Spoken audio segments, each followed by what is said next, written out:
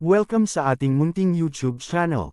Please support my videos. Comment, like and subscribe po mga idolo. Maraming salamat po. Story present. Super Devo Uling System. Kabanata 1931. Immortal Treasure City. Siyempre, pagkatapos na may sama ang Shocking Great Sage sa planting space, hiniling na ni Yezuan kay Megatron na magsagawa ng Soul Search. Noong una, lumaban ang dakilang sage na ito na nakakawasak sa lupa, ngunit kalaunan ay naging soul attack ang Soul Bell, at matapos siyang pahintulutan ni Yezuan na pahirapan siya saglit, sa wakas ay hindi na napigilan ng mapangwasak na dakilang sage at napilitang maghanap ng mga kaluluwa. Kaya naman, natutunan na ni Yezuan ang gusto niyang malaman, kaya walang silbi sa kanya ang mapangwasak na dakilang pantas na ito. Susunod, hayaan si Lady Bones na hawakan ito. Xiao Gu, may gagawin pa ako, kaya mauna na ako. Biglang nagpadala ng boses si Yezuan kay Xiao Gu. Hindi ka ba sasama sa akin ng ilang araw?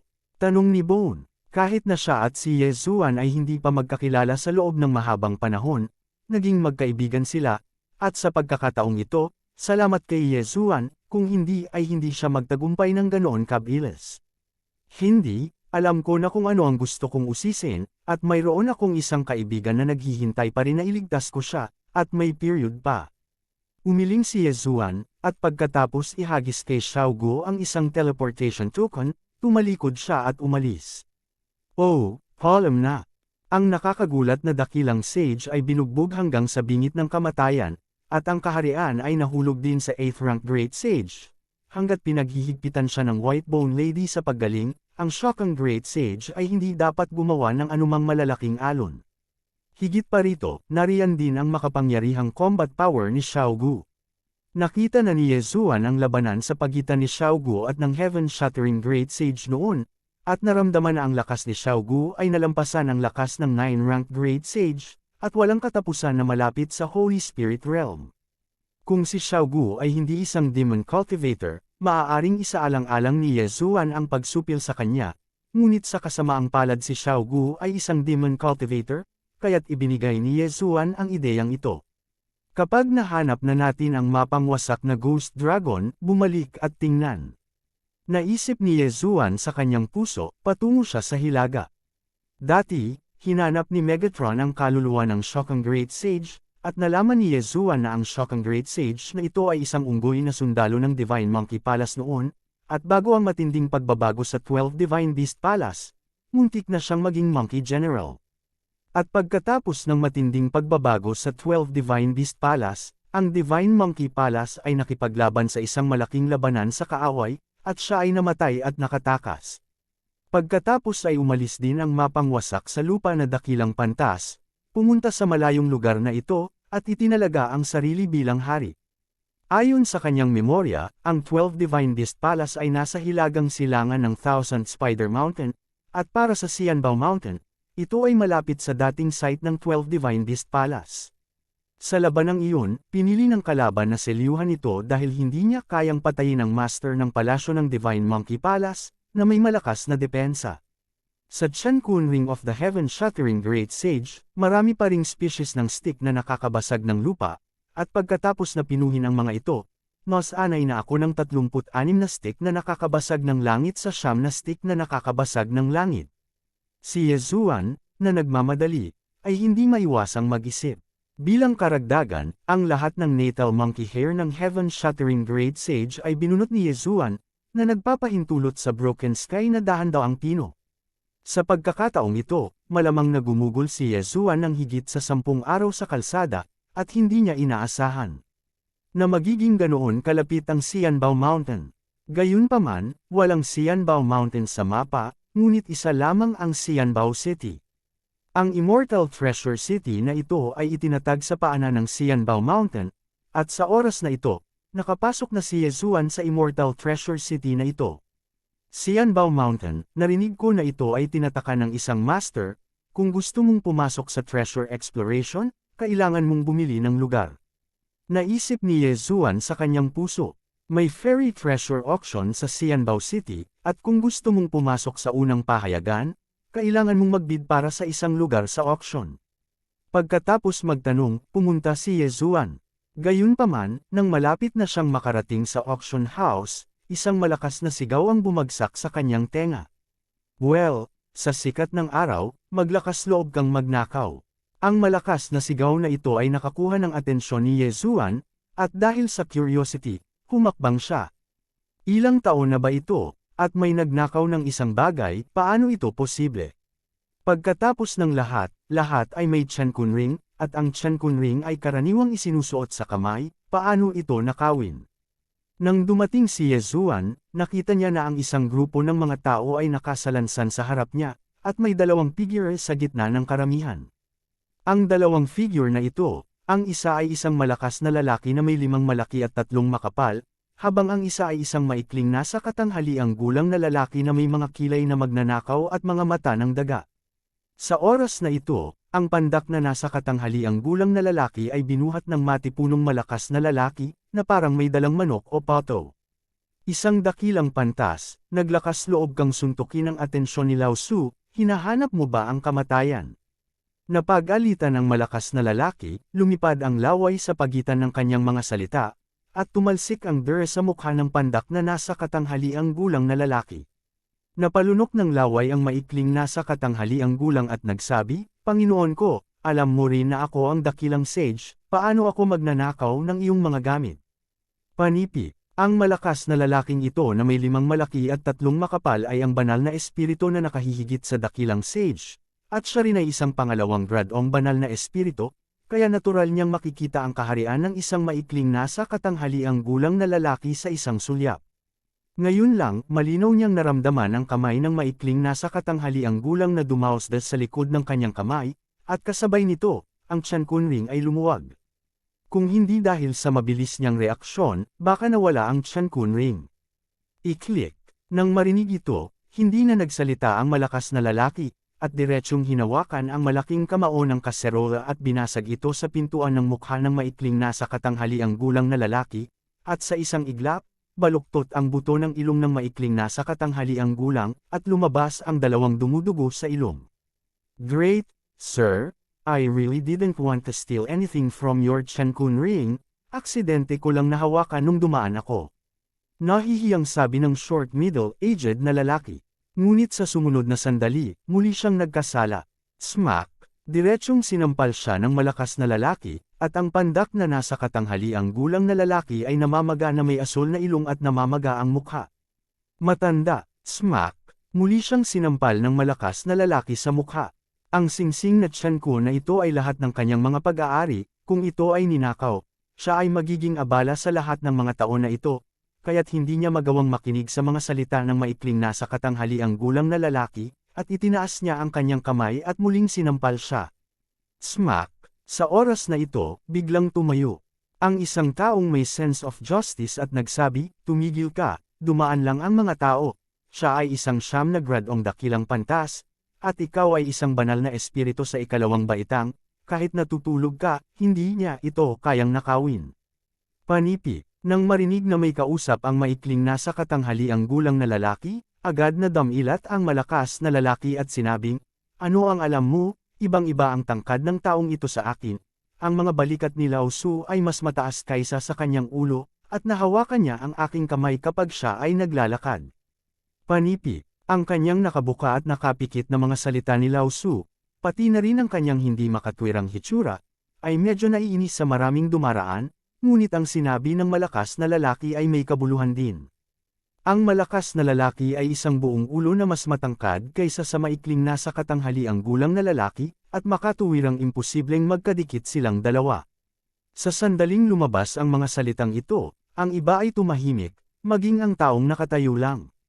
Ang isa pang bagay ay mas mahusay kaysa sa isang mas kaunting bagay. Hayaan mong magnakaw, tingnan mo kung hindi kita papatayin. Nang makitang walang tumatayo para sa maikling nasa katanghaliang gulang na lalaki, patuloy na sinampal ng malakas na lalaki ang mukha ng huli, at isang malutong na tunog ang kumalat. Stop fighting, andito na ang mga city guards mamaya. Biglang may nagpaalala, less nonsense, hindi ba ikaw ang kasabwat niya? Biglang lumingon ang malakas na lalaki at nagtanong. Ikaw, huwag kang magbuga ng dugo. Nagulat ang lalaking nagpaalala sa malakas na lalaki. Kabanata 1932, Quota auction. Then shut up. I belong to the Ye family. I think who dares to meddle in his own business. Ang mga salita ng malakas na lalaki ay direktang nagpakalma sa mga tao sa paligid niya. Bagamat isa lamang siyang pangalawang ranggo na banal na espiritu, miyembro siya ng pamilyang Ye sa Immortal Treasure City, at hindi siya isang bagay na kayang bayaran ng mga tao sa paligid niya. Sa Xianbao City, ang pamilya Ye ay isa sa 3 pangunahing pamilya, at halos lahat ng mga tindahan ng armas sa Xianbao City ay pag-aari ng pamilya Ye. Kung i-rank ng isa ang mga kapangyarihan sa Immortal Treasure City, ang City Lord's Mansion ay ang pamilya Wang muna, ang pamilyang Ye ay pangalawa, at ang pamilyang Lin ay pangatlo. Pagkatapos, ang dalawang lalaki ay tahimik na umatras sa karamihan, pinapanood ang maikling nasa katanghaliang gulang na lalaki na dumadaloy ng dugo. Clap clap clap. Sinampal ng malakas na lalaki ang maikling nasa katanghaliang gulang na lalaki ng 3 beses, at pagkatapos ay inihagis ang huli sa lupa, tinitigan ng bagbog na mukha, hindi niya maiwasang sabihin, masaya ako ngayon, ililigtas ko ang iyong buhay, umalis ka. Nang marinig ito, ang maikling nasa katanghaliang gulang na lalaki ay walang pakialam na panasan ang dugo sa kanyang mukha, at mabilis na lumabas sa karamihan. Ang pulutong ng mga nanunood ay pinagalitan ang malakas na tao sa kanilang mga puso upang gamitin ang background ng pamilya Ye upang kumilos bilang isang tanga. Sa oras na ito, isang biglaang bulalas ang tumunog. My God, wala na si Chen Kunring. Ang sigaw na ito ay nahulog sa pandinig ng lahat. Matapos marinig ito, hindi agad umiwas ang lahat, ngunit hindi sinasadyang hinawakan ang kanilang mga daliri. Nasaan ang Chen Kunring ko? Imposible, hindi umaalis sa katawan ko ang Chen Kunring ko, bakit nawala? Sino ang nagnakaw nito? Ang mga hiyawan ay patuloy na lumalabas, at ang lahat ng mga singsing ng mga nanunood ay ninakaw ng walang pagbubukod. Biglang nagsitakbuhan ang mga tao. Hahaha mga tanga, sabi ko magnanakaw siya, my universe. Bago pa matapos magsalita ang malakas na lalaki, bigla niyang natuklasan na may mali. Nakita niyang walang laman ang mga kamay niya. Wala na ang Chen Kunring sa kanyang kamay. Bastard, ang taong iyon ay dapat ang Cain ngayon lang, tinipon tayo dito. At pagkatapos ay sinamantala ang pagkakataon na nakawin ang Chen Kunring kasama ang kanyang mga kasabwat. Damn it, sinong nakakita kung saan siya nagpunta? Chase, yan lang ang net worth ko, kailangan kong malaman. Nang marinig ang dagandong ng grupo ng mga tao sa kanyang harapan, tulala na umiling si Ye Zuan. Ang gang ng mga magnanakaw na ito ay napakatalino upang makapagnakaw ng napakaraming mga ring ng langit at lupa ng mga tao nang walang anumang tunog at nakikita. Sa ngayon, hindi niya namamalayan na winalis din niya ang kanyang kamay, ngunit nalaman niyang nawala na rin ang Chen Kunring sa kanyang kamay. Wala na yung akin. Nagulat si Ye Zuan. Gayunpaman, isa na lang siyang santo sa pangalawang ranggo ngayon, at ayos lang ang mababang antas. Kahit na ang mga master ng pangalawang ranggo na banal na espiritu ay ninakaw ang Chen Kunring, at normal para sa kanya na hindi malaman. Kalimutan mo na, ang Chen Kunring ay isang dekorasyon lang. Sa pag-iisip nito, umiling si Ye Zuan. Hindi siya nakaramdam ng galit, bagkus ay natuwa siya. Ang grupo ng mga tao ay nagsimulang mag-usap ng mga kontrahakbang, ngunit walang nakapansin sa kinaroroonan ng maikling nasa katanghaliang gulang na lalaki, kaya maaari lamang nilang ayusin at mag-ulat sa mansion ng City Lord, at gusto ang maikling nasa katanghaliang gulang na lalaki. Ito ay isang maliit na yugto lamang, at hindi ito nakapinsala sa mga interes ni Ye Zuan, kaya hindi na nag-abala si Ye Zuan na bumalik sa nakaraan upang malaman kung sino ang nagnakaw ng mga bagay mula sa kanya at sa mga taong ito. Pagkatapos, umalis na lang siya at pumunta sa pintuan ng Xianbao Auction House. Sakto lang, annual quota auction bukas, titignan ko yung oras na yon. Napaisip si Ye Zuan sa kanyang sarili.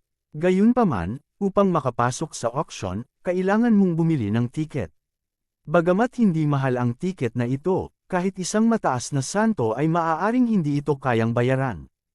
Higit pa rito, ang mga gustong pumasok sa Xianbao Mountain upang maghanap ng mga kayamanan ay nasa kaharian ng Holy Spirit. Hindi malamang na ikaw, isang mahusay na pantas, ay makikipagkompetensya sa kanila para sa mga lugar. Kung napalampas mo ang auction na ito, kailangan mong maghintay ng 1 pang taon. Pagkatapos ng lahat, Ang Shanbaoshan ay nagbubukas lamang ng isang beses sa isang taon. Pumunta si Ye Zuan para bumili ng tiket sa auction house, at pagkatapos ay umalis. Medyo nagulat din ang waiter sa auction house. Si Ye Zuan ay isa lamang santo sa ikalawang ranggo, ngunit talagang makakabili siya ng tiket. Hindi kaya anak siya ng isang malaking pamilya. Di nagtagal, lumipas ang isang araw. Kinabukasan, pumunta si Ye Zuan sa auction at direktang pumasok. Ang binili niya ay isang ordinaryong tiket lamang, na isa sa 10,000 lower level na upuan sa auction, at higit pa rito, may mga intermediate level, upper level na upuan, at mga kahon ng iba't ibang antas. Ang mga manunood ay sunod-sunod na pumasok sa venue, at ang mga upuan ay mabilis na napuno, na nagpabuntong hininga kay Ye Zuan. Ang pera na ito ay talagang maganda, at ang mga tiket lamang ay maaaring kumita ng maraming pera. Gayunpaman, ang lakas ng City Lord of Immortal Treasure City ay pambihira. Sa kanyang mga mata, ang mga perang ito ay maaaring isang patak sa balde. Magsisimula na ang auction. Ang mga kayamanang ito para sa auction ay walang iba kundi ang mga sagradong sandata, martial arts, langit at lupa na kayamanan, at iba pa, kaya walang interes si Ye Zuan sa mga bagay sa itaas. Maraming tao ang katulad ni Ye Zuan. Tahimik na nanunood, narito lamang sila para magkaroon ng insight. Pagkatapos ng halos kalahating araw. Okay, hindi na makapaghintay ang lahat, kaya simulan na natin ang auction ng Shanbaoshan Places. Isang matandang lalaki ang biglang humakbang sa auction table. Sa sandaling lumabas ang mga salitang ito, kumukulo ang buong auction hall, magsisimula na ba sa wakas ang auction ng mga lugar ng Shanbaoshan? Gaya ng dati, mayroong 50 pwesto sa unang round, at ang panimulang presyo ay 1,000,000 banal na bato, at bawat pagtaas sa presyo ay hindi dapat bababa sa 10,000 banal na bato. Simula ng auction, nang bumaba ang boses ng matanda, may nagtaas agad ng presyo. 1,500,000. Sa napakalaking halaga ng pera, tanging ang pamilyang Ye, isa sa 3 pangunahing pamilya sa Xianbao City, ang nagtaas ng presyo ng kalahati ng sabay-sabay. 50 lugar ang naibenta sa presyong 1.5 milyon, nakatumbas ng 30,000 banal na bato bawat lugar, na normal na presyo na. Noong nakaraan, halos pareho ang presyo. Okay, simulan na natin ang pangalawang round ng mga auction, 40 lugar, ang panimulang presyo ay 800,000. Pharaoh, wag ka nang magsalita, 1.2 milyon. Sa isang treasure chest, isang matandang boses ang nagmula sa kinatawan ng pamilya Lin, isa sa 3 pangunahing pamilya sa Immortal Treasure City. Ang presyo ng unit na ito ay isa rin sa 30,000 banal na bato, na katulad ng pamilya Wang. Sa nakaraang auction, nabuo din ang naturang convention. Ang unang dalawa ay para sa pamilya Ye at pamilya Lin. Bagamat sinasabing maraming puwersang dayuhan, narinig nila ang kasabihang hindi pinipigilan ni Qianlong ang mga lokal na ahas. Then next, may 30 lugar, 20 lugar, 10 lugar. Ang unang dalawa ay may presyo ng unit na humigit kumulang 30,000 yuan, ngunit ang presyo ng huli ay tumaas sa 35,000, 40,000 o kahit 50,000. Ang isang kota, 50,000 banal na bato, kahit isang pangalawang ranggo na banal na espiritu ay hindi napakadaling makuha. Gayunpaman, kung magsasama-sama si Ye Zuan, maaari pa rin niyang alisin ito. Sa sandaling ito, sinimulan ni Ye Zuan na itaas ang presyo, at sa wakas, sa presyong 53,000 holy stones, kumuha siya ng lugar sa Shanbaoshan. Ang kota na ito ay isang admission token lamang. Matapos itong kunin ni Ye Zuan, nakuha niya ito sa mismong lugar. Kabanata 1933 holy artifact sa antas ng hari. Sa pagkakataong ito, may humigit kumulang 500 kota auction, na ibinigay ng lahat ng uri ng tao, isa si Ye Zuan sa kanila. Sa humigit kumulang 1 linggo, mag-oorganisa ang Xianbao City ng mga tao para i-escort sila sa Xianbao Mountain, at pagkatapos ay sisimulan ang treasure hunting. Di nagtagal, lahat ng lugar ay ninakawan, at pagkatapos ay may iba pang mga bagay. Lahat, huwag magmadaling umalis. Ang Shanbaoshan Kota ay hindi ang huling auction item. Sa sandaling ito, biglang sinabi ng matandang taga-auction house. Maraming tao ang gustong bumangon at umalis, at pagkatapos marinig ang pangungusap na ito, naupo silang muli. Sa paglipas ng mga taon, ang bilang ng mga auction ay huling na rank, ngunit ngayon ay may isang finale auction item. Ano ito? Matapos makaupo ang lahat, lumapit ang matanda at nagdala ng plato. Ang plato ay natatakpan ng isang layer ng pulang tela, at hindi alam ng lahat kung ano ang nasa ilalim. Gayunpaman, nararamdaman ng maraming tao na ang item sa auction na ito ay malamang na hindi katulad ng nakita nila dati. Ang hiningang iyon ay talagang nagpapalpitate sa maraming tao. Ano ito? I feel that it should be a magic weapon. Ano ang magiging finale ng Fairy Treasure Auction House? Sok, walang lugi sa pagbili nitong tiket. Ang madla ay nanunood ng may interes, ngunit hindi itinaas ng matandaang pulang tela, sadyang nagbitin ng kanyang gana. Hindi lahat dapat makapaghintay. Tapos, ipapakita ko sa lahat. Nang matapos magsalita ang matanda ay itinaas niya ang malaking pulang tela. Ang nakatawag ng pansin sa lahat ay isang pares ng guwantes. Nakuha ang pares ng guwantes na ito noong huling binuksan ang Shanbaoshan. Ito ay isang artifact ng Holy King, ngunit mukhang medyo nasira. Ngunit ito rin ang pinakamahalagang item sa auction sa kasaysayan ng auction. Bumagal ang lakad ng matanda, mabagal na sabi. Nang lumabas ang pahayag na ito, nagulat ang lahat. Ang kasangkapan ng banal na hari. Ito pala ang sandata ng banal na hari. Oh my God, may nakahanap ng sandata ng Holy King, how lucky is this?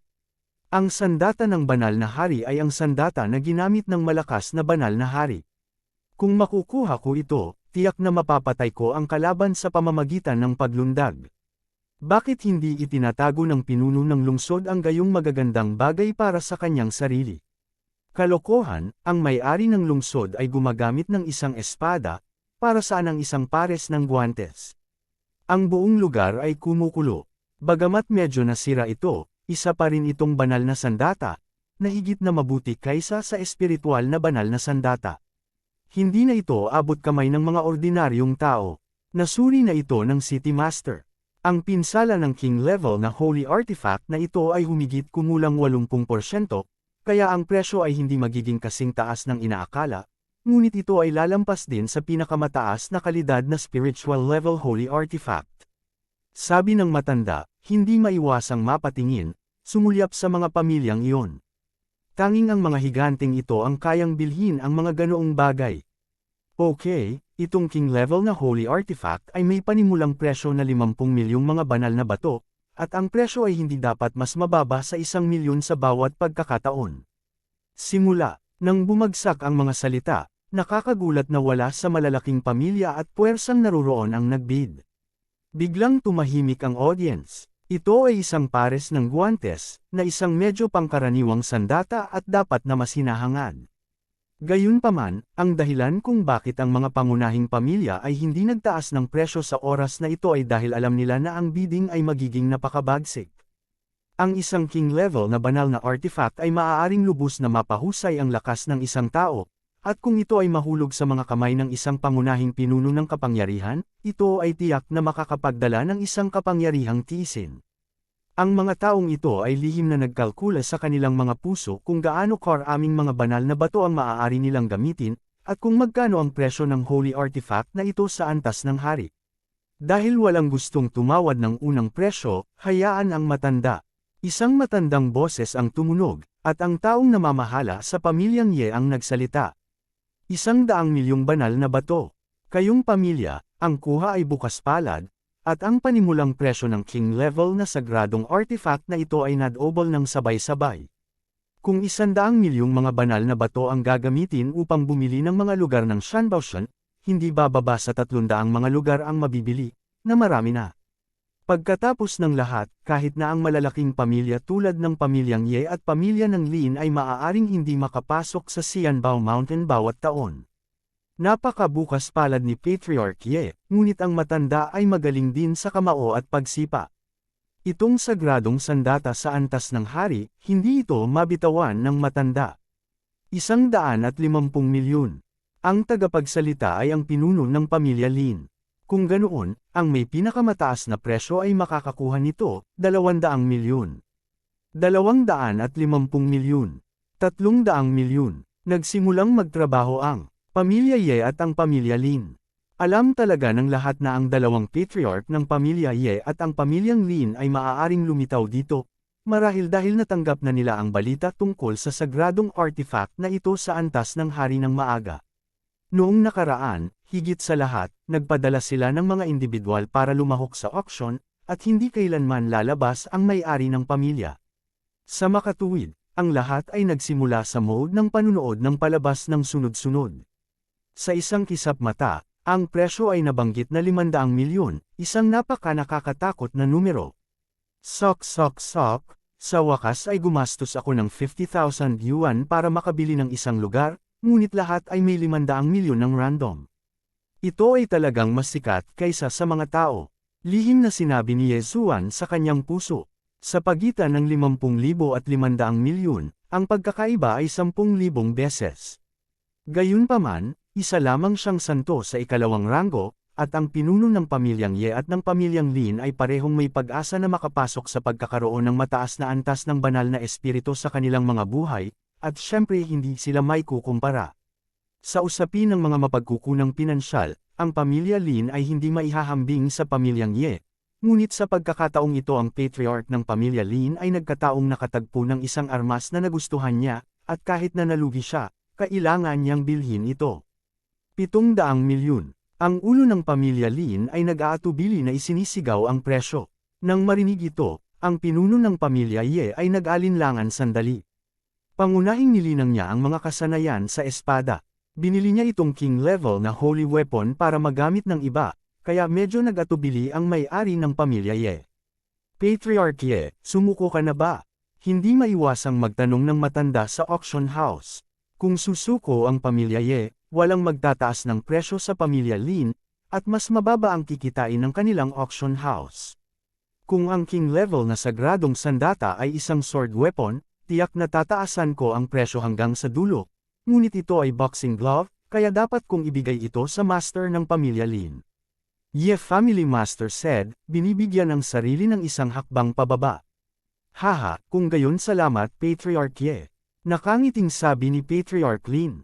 Sa ganitong paraan, ang king level na sagradong artifact na ito ay kabilang sa pamilya Lin. Gayunpaman, sa oras na ito, boom! Biglang isang malakas na ingay ang nakakuha ng atensyon ng lahat. Napalingon ang lahat at nakitang may malaking butas na lumabas sa dingding ng auction house. Sino ang gumawa nito? Ang lakas ng loob mong kumilos sa auction, hindi mo ba alam na ito ay binuksan ng may-ari ng lungsod? Gayunpaman, ito ay isang pagpapanggap lamang, ang totoong drama ay darating pa. Nang natuon ang atensyon ng lahat sa malaking butas, isang bugzo ng hangin ang umihip sa auction table, at mabilis na umakyat ang isang itim na anino. Ang kanyang target ay ang king level na sagradong artifact. How dare you to steal from my auction house? Galit na umungal ang matandang lalaki mula sa auction house, isa rin siyang banal na espiritu sa ikalimang baitang, may nang-ahas na gumawa ng isang bagay sa ilalim ng kanyang ilong, nanliligaw sa kamatayan. Kabanata 1934, Ninakaw. Gayunpaman, ang susunod na eksena, kahit na siya ay hindi maisip. Napakabilis ng itim na anino, at nang malapit na ito sa matanda ay bigla itong sumabog, at agad na inagaw ang fist glove sa kamay ng huli. Ano? Nagulat ang matanda, at sa oras na nag-react siya, nahulog na ang mga guwante sa kamay ng kabilang partido.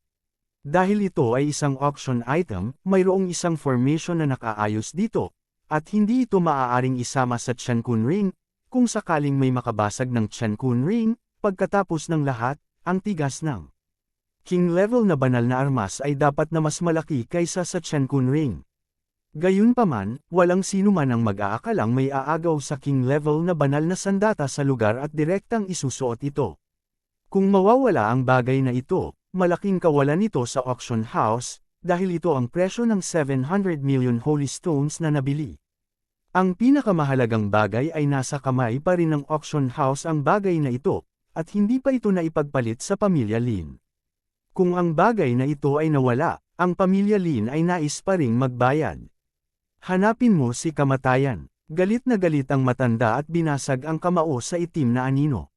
Gayunpaman, ang itim na anino na may suot nitong king level na banal na sandata, ang kanyang kapangyarihan sa pakikipaglaban ay tumaas ng walang kabuluhan. Bang! Isang suntok. Sa isang suntok lang, natumba na ang matandang lalaki sa 5 baitang ng banal na espiritu. Napakalakas. Kinilig ang lahat. Nadama nilang lahat na ang itim na anino na ito ay isa lamang sa 3 baitang banal na espiritu, ngunit pagkatapos na maisuot ang antas ng haring banal na sandata na ito, talagang sinuntok nila ang 5 baitang banal na espiritu. Nagulat ang lahat, ito ba ang kapangyarihan ng isang banal na sandata sa antas ng hari? Kahit na ito ay 80% lamang ang nasira, hindi ito isang bagay na maihahambing ng isang banal na sandata sa antas ng espiritu. Ang itim na anino na ito, pagkatapos paliparin ng matanda, ay mabilis na tumalikod at umalis, at ito ay napakabilis. Iwanan mo na ako. Ang pinuno ng pamilya Lin ay kailangang kumilos, dahil nagustuhan niya ang banal na sandata na ito sa antas ng hari, kung aagawin ito ng kabilang partido, saan niya ito bibilhin. Gayunpaman, ang bilis ng itim na anino na ito ay napakabilis, at nawala ito sa auction hall sa isang kisap mata, at wala ng hininga. Sino ba naman ito? Bastard, hanapin mo ako. Ang matanda sa auction house ay bumulwak ng isang subo ng dugo at galit na sumigaw. Anong uri ng tao ang nangahas na pagnakawan ang bagay na ito sa ilalim ng mga ilong ng isang pangkat ng mga Panginoon? Sino ang may lakas ng loob? Hindi yon ang pinaka nakakagulat na bahagi, bagaman. Nasaan ang Tiyan Kunling ko? Ano, nawala ang Tiyan Kunling ko? Damn, may nagnakaw ng Tiyan Kunling ko. Muling kumulo ang buong auction hall. Mula sa simula ng auction hanggang sa kasalukuyan, sa katunayan, ang mga tao ay sunod-sunod na umalis, ngunit walang kakaiba sa oras na iyon. Ngayon, ang king level na banal na sandata ay inagaw kaagad, at pagkatapos ay nalaman ng ilang tao na ang kanilang Tiyan Kun ring ay sunod-sunod na nawala, at ang bilang ng mga tao ay hindi bababa sa libo-libo, tiyak na ito ay isang pinag-isipang kaganapan. Sino ba yan? Ang mga waiter ng auction house, ang mga taong nagbuhos sa atin ng tsaa. May nag-react. Sayang lang ang bagal nilang mag-react, at walang natira sa mga waiter, at lahat sila ay umalis.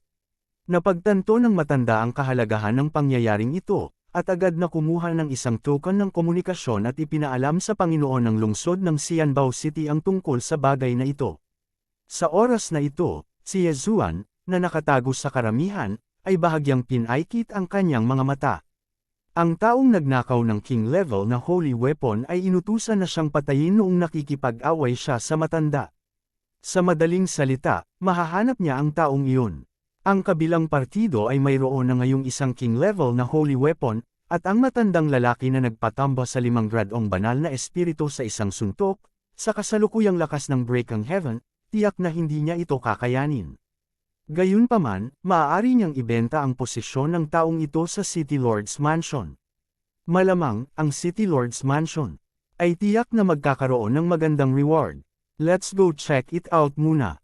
Nanliit ang mga mata ni Yezuan, at umalis din siya sa auction house, isa lang siyang sage sa 2 baitang, at walang makakapansin. Ayon sa induction ng Death Chase Order, napakabilis ng kabilang partido, at dumating siya sa gate ng lungsod sa isang kisap mata, at pagkatapos ay umalis sa Xianbao City. Nang malaman ito ng Panginoon ng lungsod, agad niyang iniutos na isara ang gate ng lungsod, ngunit sa kasamaang palad ay napakabagal pa rin ang hakbang. Nang dumating si Yezuan sa tarangkahan ng lungsod, nalaman niyang sarado ang tarangkahan ng lungsod, ngunit hindi ito nakaapekto sa kanyang paglabas ng lungsod. Wow! Bumukas ang Void Gate, at direktang dumaan dito si Yezuan, papunta sa labas ng Immortal Treasure City. Dapat ay mayroong marka ng pagsubaybay sa king level na banal na sandata, at hindi ito matatanggap sa Tiyan Kun ring. Kailangang basagin ng magnanakaw ang kanyang selyo kung hindi ay tiyak na maabutin siya, kaya mabilis siyang lumayo sa Immortal Treasure City. Makalipas ang halos isang araw, sinira ng magnanakaw ang selyo, at pagkatapos ay inilagay ang king level na banal na sandata sa Tiyan Kun ring, upang hindi siya maabutin ng City Lord's Mansion. Pero lingid sa kanyang kaalaman, may isa pang taong sumusunod sa kanyang mga yapak. Sa wakas ay nasira na ang selyo, hindi ko inaasahan na makikita ko ang sandata ng Purple Gold Palace Lord noon, talagang tinutulungan ako ng Diyos. Sa isang tiyak na bundok na may kalayuan mula sa Xianbao City, isang binata ang nilalaro ang boxing glove sa kanyang kamay, na mukhang kampante. Siya ang nang-agaw ng king level na holy weapon sa auction house noon. Gayunpaman, ang hindi niya alam sa oras na ito ay may isang nakatagong tao sa malapit na nakarinig ng kanyang mga salita. Ang taong ito ay si Yezuan, na nakasuot ng streamer invisibility cloak at isang death chase order. Purple Gold Palace Master. Matapos itong marinig ni Yezuan, hindi niya maiwasang mabigla. Sa 12 Divine Beast Palaces, ang Divine Monkey Palace ay tinatawag na Heaven Breakang Palace Master, at ang Palace Master ng Demon Rat Palace ay tinatawag ding Purple Gold Palace Master. Hindi kaya kamag-anak ng Demon Rat Palace ang binata sa kanyang harapan. Sa pag-iisip nito, nagkaroon ng gana si Yezuan na subukan ito. Anyway, meron siyang time turn skill. Kamahalan, ang Purple Gold Palace Master sa iyong bibig ay ang mula sa 12 Divine Beast Palace. Biglang bumagsak ang isang hindi pamilyar na boses sa pandinig ng binata. WHO. Nang marinig ito ng binata ay nanginig ng gusto ang kanyang katawan. With his 3-grade Holy Spirit Realm, hindi man lang niya napansin na may papalapit na pala, ano ba ang sitwasyon? Sa oras na ito, biglang hinubad ni Yezuan ang streamer invisibility cloak at inihayag ang kanyang tunay na mukha. Second rank sage. Nagulat ang bata. Imposibleng makalapit sa kanya ng tahimik ang isang santo sa ikalawang baitang, kaya isa lang ang paraan para sabihing mas mataas ang kaharian ng kabilang partido kaysa sa kanya. Sino ka? Sa pagkakataong ito, hindi agad nakatakas ang binata, dahil may sinabi si Yezuan na interesado sa kanya.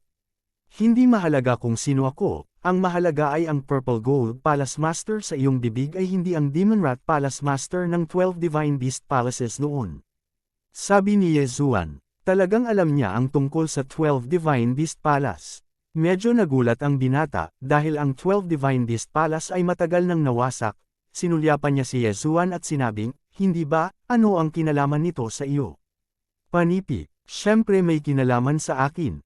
Pagkatapos magsalita ni Yezuan, direkta niyang tinawag ang Heaven Breaker at sinabing, dala nito. Ang bloodline ng Heaven Breaker God Ape. Basagin ang bloodline ng Heavenly God Ape. Para sa bloodline na ito, natural na hindi estranghero ang binata, dahil ang master ng Heaven Breakang Palace ng Divine Monkey Palace ay isang Heaven Breakang Divine Ape. Sa kasong ito, ang maliit na unggoy na ito ay tagapagmana ng Lord of the Heaven Breakang Palace. Naaalala ko na sa labanang iyon, ang mga tao sa Divine Monkey Palace ay nagkalat, at ang ilan ay tumakas pa sa ibang mga kontinente ng kalawakan upang mabuhay, ang naisip ng binata sa kanyang puso. Sa ganitong paraan, talagang posible na ang maliit na unggoy na ito ay isang inapo ng Heaven Breakang Palace Lord. Kabanata 1935, Pagpasok sa Immortal Treasure Mountain. At ano ang gusto mong gawin? Tanong ng bata. Alam mo ba na ang Heaven Breakang Palace Lord ay selyadong sa Xianbao Mountain?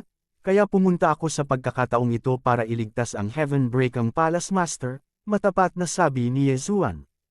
Alam ko ang tungkol sa Heaven Breakang Palace Lord na tinatakan sa Immortal Treasure Mountain, pero gusto mo talagang tanggalin ang selyo.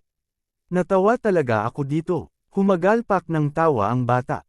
Paano? Nanliit ang mga mata ni Yezuan. Bagamat isa na siyang santo sa ikalawang baitang, ang kanyang lakas ay umabot na sa antas ng Espiritu Santo.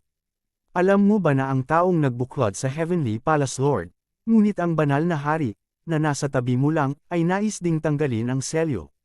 Malamig na umungol ang bata. Alam mo ba na 20 years ago ay hindi pa ako immortal?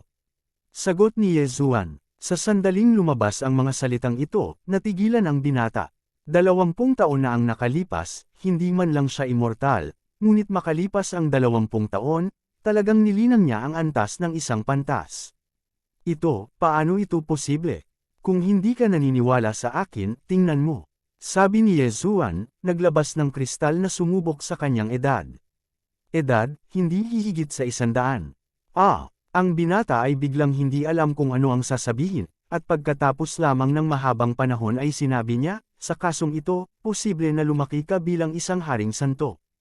Panipi, 20 taon na ang nakalilipas, hindi man sila mga immortal, ngunit mayroong higit sa 30 kaharian sa pagitan ng mga immortal at mga santo. 20 taon, mula sa isang walang kamatayan hanggang sa isang pantas, ito ay imposible lamang.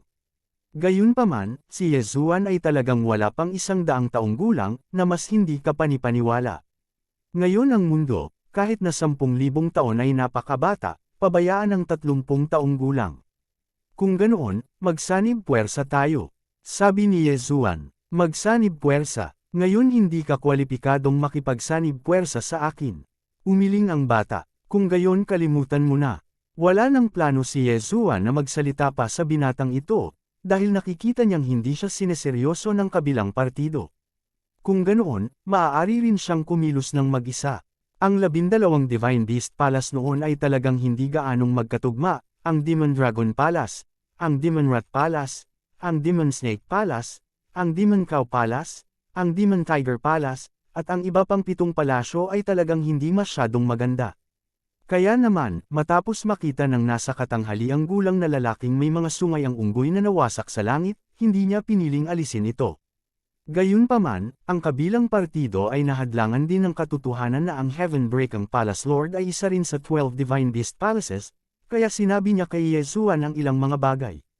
Nang maglaon, pagkatapos hanapin ni Yezuan ang kaluluwa ng Great Sage na nakakawasak ng langit, nalaman niya ang higit patungkol sa 12 Divine Beast Palace. Sa oras na ito, ang binata sa kanyang harapan ay miyembro na ng Demon Rat Palace, kaya ang bilis niya na parang hangin, at ang dapat niyang gamitin ay ang Demon Shadow Hand ng Demon Rat Palace. Sa oras na iyon, ang Demon Shadow Hand ng Purple Gold Palace Lord ay napakalakas, at kaya niyang maghagis ng 12 ng suntok sa isang iglap, at ang kanyang lakas sa pakikipaglaban ay maaaring makapasok sa nangungunang 3 sa 12 Divine Beast Palace. Nang makitang tumalikod si Yezuan at umalis, mabilis ding nag-isip ang binata sa kanyang puso, at pinaalalahanan, mas mabuting humanap ka ng lugar na paglilinang, at kapag nakapasok ka sa Holy Spirit Realm, lumapit ka sa akin muli. Panipi, I can't wait so long. Papasok na ako sa Xianbao Mountain in a few days, sabi ni Yezuan. Sa level mo, talagang naghahanap ng kamatayan para pumasok. Ngumuso ang bata. Sa pagkakataong ito, hindi sumagot si Yezuan, direkta niyang sinuot ang streamer na invisibility cloak, at pagkatapos ay sinira ang kawalan at umalis. Tila sa pagkakataong ito ay umiwas siya ng tingin, kung ang kabilang partido ay mula sa iba pang 6 na palasyo, ang ganda nito. Tiyak na magsanib puwersa sila. Nakakalungkot lang na ang binatang ito ay isang tao mula sa Demon Rat Palace, at mukhang wala siyang gaanong interes na i-unlock ang selyo ng Heavenbreaking Palace Lord. Hindi nagtagal, bumalik si Yezuan sa Xianbao City. Sa oras na ito, nagkakaproblema na ang Xianbao City, at maraming mga bantay ng lungsod ang nagpatrolya at naghanap, sinusubukang alamin ang taong nang agaw ng banal na sandata sa antas ng hari. Kaya lang, nakasuot ng balabal ang bata noong mga oras na iyon, at napakabilis ng takbo, at hindi malinaw na nakita ng auctioneer ang mukha ng bata, at ngayon ay hindi na ito madaling mahanap. Ang paghahanap na ito ay ilang araw. Ngayon na ang oras para sa pagbubukas ng Xianbao Mountain, bagamat sunod-sunod na ang nangyari noon, ngunit ito ay sariling negosyo ng auction house, kaya hindi ito maaaring maantala. May admission token si Yezuan, ngunit hindi siya ang pumasok sa Xianbao Mountain sa pagkakataong ito. Bagamat sinasabing nakalusot siya sa 3rd grade sage nitong mga nakaraang araw, masyadong mababa ang kaharian na ito, kung tutuusin, kahit ang 3rd grade sage ay hindi nang ahas na pumasok. Sa makatuwid, sa oras na siya ay naghihintay, ginamit niya ang Dementor Bell para puwersahang makuha ang isang 9-rank grade sage at ginamit ito upang itago ang mga mata at tenga ng mga tao. Sa oras na iyon, ang 9-rank grade sage na ito ay papasok sa Xianbao Mountain kasama ang admission token at Megatron. Ang Megatron ay maaaring magsagawa ng isang espesyal na void positioning, at pagkatapos ay si Yezuan ay maaaring makalusot sa kawalan at makapasok sa Immortal Treasure Mountain. Sa oras na ito, ang 9-rank Great Sage na ito ay nakaakyat na sa bundok ng City Lord's Mansion at pumasok sa Immortal Treasure Mountain. Lahat, pansinin, simula ngayon, sa susunod na 30 araw, malaya kang makakagalaw sa Immortal Treasure Mountain. Makalipas ang 30 araw, magkakagulo ang Xianbao Mountain, at magiging napakadelikado sa oras na iyon, at kahit na ang mataas na antas ng banal na espiritu ay maaaring hindi mabuhay, kaya mas mabuting umalis ka sa Xianbao Mountain na may entrance token bago dumating ang mutation. Malakas na sabi ng isang master ng City Lord's Mansion. Xianbao Mountain, isang buwan ka lang makakapag-explore, at pagkatapos ng isang buwan, may mangyayaring nakakatakot, na naging karanasan sa hindi mabilang na taon. Kung bakit ganito, hindi alam ng lahat. Hindi nagtagal, ang mahigit 500 katao na ito ay sabay-sabay na umalis, at 500 na lugar ang na-auction noon sa auction, ngunit hindi ibig sabihin na 500 katao lang ang nakapasok, kung tutuusin, mayroon pa ring mga master ng City Lords Mansion. Ang City Lord's Mansion ang puwersang kumokontrol sa Immortal Treasure Mountain na ito, kaya hindi na nila kailangang bumili ng kota para makapasok. Gayunpaman, hindi sila palaging nakakapasok, pagkatapos ng lahat, ito lamang ang buwan ng taon, at ang iba pang 11 buwan ay nasa estado ng kaguluhan. Ang 9-ranked Great Sage na kinokontrol ni Yezuan ay mabilis ding humiwalay sa team, at pagkatapos ay sumipot si Yezuan sa kawalan at nagpuslit. Ang Heaven Breakang Palace Lord ay nabuklod sa Immortal Treasure Mountain, ngunit hindi ko alam kung nasaan ang selyo, kailangan kong hanapin ito ng dahan-dahan. Matapos itong isipin ni Yezuan sa kanyang puso, kinuha niya itong 9-ranked Great Sage at Breakang Heaven at nagsimulang mag-explore sa Xianbao Mountain. Maraming mga banal na hayop sa Xianbao Mountain, at mayroon pang ang mataas na antas na mga banal na hayop, kaya ito ay lubhang mapanganib. Para sa bawat ekspedisyon, ang bilang ng mga taong makakalabas na buhay ay maaaring hindi umabot sa 5. Sa madaling salita, magkakaroon ng kaunting mga tao na babagsak sa bawat oras. Dapat mong malaman na ang mga taong ito na pumasok ay nakarating man lang sa Holy Spirit Realm, at ang mga makapangyarihan ay umabot na sa 5th rank Holy Spirit, kaya ang pagkakataon ng pagkahulog na ito ay masyadong malaki. Umuungol, hindi pa nakakalakad si Yezuan bago siya sinunggaban ng isang banal na hayop ng tigre. Ikalawang baitang banal na espiritu. Sa kasong ito, ang epekto ng paggamit ng Diagram of 10,000 Beasts ay hindi kasing husay ng Xuanshan Battle Armor, kaya direktang hiniling ni Yezuan kay Pot Ian na isuot ang Xuanshan Battle Armor. 9 sticks. Ang anino ng siyam na patpat ay damapo sa ulo ng banal na hayop, na agad na binasag ang ulo nito sa sarsa ng karne. Spike. Ang kapangyarihan ng siyam na patpat na nakakawasak sa lupa ay napakalaki, kahit na ang ikatlong baitang banal na espiritu ay maaaring hindi ito kayang tanggapin, lalo pa ang ikalawang baitang banal na espiritu. Kabanata 1936, Safe Zone. Kaya lang, sa tuwing mag-shoot si Pot Ian, kailangan niyang bumalik saglit para mag-hibernate, buti na lang at may puwang para sa pagtatanim, mabilis na gumaling si Pot Ian at saka sumulpot. Sunod, nakita ni Yezuan ang isa at pinatay ang isa. Gayunpaman, malapit pa rin sila sa paanan ng Xianbao Mountain sa oras na ito, at hindi pa sila lumalim, at kung patuloy silang aakyat sa bundok, makakatagpo sila ng mas makapangyarihang mga banal na hayop. May 1 buwan pa upang galugarin, at ang aking kasalukuyang lakas ay hindi sapat, kaya't mas mabuting patayin ang banal na hayop malapit sa paanan ng bundok. Naisip ni Yezuan sa kanyang puso. Ang kanyang kasalukuyang lakas ay lubhang nakakahiya, at si Putian ay nakikipaglaban na ngayon sa banal na espiritu ng Sanpin, at hindi ito sapat upang mabuhay sa lugar na ito. Sa makatuwid, nagpasya si Yezuan na gumamit ng kalahating buwan para mapabuti ang kanyang kaharian, at pagkatapos ay umakyat sa bundok. Kasabay nito, sa anyo ng magic weapon ni Megatron, mayroon ding magic weapon na tinatawag na 10,000 Beast Ding. Ang magic weapon na ito ay maaaring gawing beast peel ang bangkay ng hayop. Ang beast peel na ito ay isang mahusay na tonic para sa mga nagsasaka ng demonyo. At ngayon si Yezuan ay hindi kapos sa cultivation resources, kaya hindi na niya kailangang lamunin ang mga bangkay ng hayop para mag-upgrade. Ang mga bangkay na ito ay ginawang beast peels ng 10,000 Beast Ding, at ang mga ito ay nasira ng Black Horn at Luoluo. Ang kaharian ng mga itim na sungay at pagbagsak ay nagsimula ng mabilis na umunlad. Makalipas ang halos 10 araw, ang Black Horn at Falling Fall ay napromote lahat sa antas ng isang mataas na antas na Great Sage. Si Yezuan mismo ay nakaabot na rin sa 5th rank Sage, at ang Broken Heaven ay nakalusot din sa 9th rank Sage level, isang hakbang lang ang layo mula sa Great Sage. Ngayon ang kanilang lakas ay sapat na upang iligtas ang kanilang buhay sa Immortal Treasure Mountain na ito. Mayroon pang higit sa 10 araw upang simulan ang pag-akyat. Ang mga mata ni Yezuan ay kumislap, at nagsimula siyang unti-unting gumalaw patungo sa tuktok ng Xianbao Mountain, at habang mas mataas siya, mas mataas ang kaharian ng banal na hayop. Hindi maklo ni Megatron ang kanyang sarili, kaya hindi niya magagamit ang 10,000 Beasts diagram habang ginagamit ang Mystic God Warframe. Kung hindi, ang kanilang survivability ay lubos na mapapabuti. Hoy, mayroon ding maliit na anak ng isang 5 ranggo na pantas dito, paano ka nakapasok? Isang di pagkakasundo na boses ang lumabas, sinulyapan ito ni Yezuan, at nalaman na ito ay isang mababang antas ng banal na espiritu. Hindi banggitin ang anupaman, sa pamamagitan lamang ng pagsaway kay Yezuan dahil sa pagiging anak, sapat na ang mamatay ng ilang beses. Bago siya makapagpatuloy sa pagsasalita, isang hininga ang lumabas sa malapit na hangin, ito ay isang itim na sungay. Lakasan mong pag-alitan ang amo ko, hanapin mo si kamatayan. Nang walang sabi-sabi, direktang naging streamer ang Blackhorn at nag-flash palayo, agad siyang pinatay.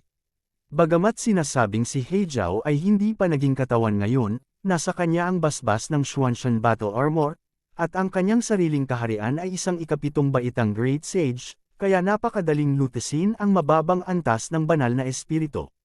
Matapos mamatay ang taong ito, mabilis na lumapit si Yezuan at iniligpit ang kanyang singsing na Qiankon. Oy, galing pa naman sa pamilya Ye. Bahagyang nagulat si Yezuan. Ang pamilyang Ye, isa sa 3 pangunahing pamilya sa Xianbao City, ay isa ring pinakamapagbigay, at direktang nanalo ng 50 pwesto sa Xianbao Mountain.